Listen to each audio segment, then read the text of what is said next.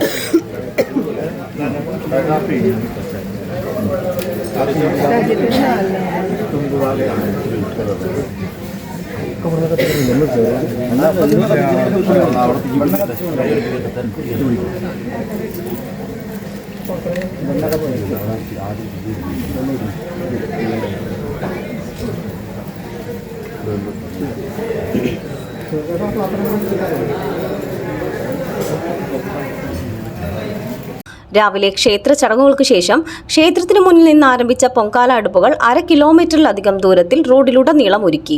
ക്ഷേത്രത്തിനകത്തും പുറത്തുമായി 350-ലധികം അടുപ്പുകളിലാണ് പൊങ്കാല സമർപ്പിച്ചത്. ദേശത്തിന്റെ വിവിധ ഭാഗങ്ങളിൽ നിന്നായി നിരവധി ഭക്തർ ചടങ്ങിൽ പങ്കെടുത്തു. പൊങ്കാലയ്ക്കെത്തിയവർക്ക് പ്രഭാത ഭക്ഷണവും ഉച്ചഭക്ഷണവും ക്ഷേത്ര കമ്മിറ്റി ഒരുക്കിയിരുന്നു. ക്ഷേത്രത്തിൽ 2ാം തവണയാണ് പൊങ്കാല സമർപ്പണം നടന്നത്. ഇനി മുതൽ എല്ലാ വർഷവും പൊങ്കാല നടത്തുമെന്നും ഭാരവാഹികൾ അറിയിച്ചു. CNTV ചങ്ങരംകുളം.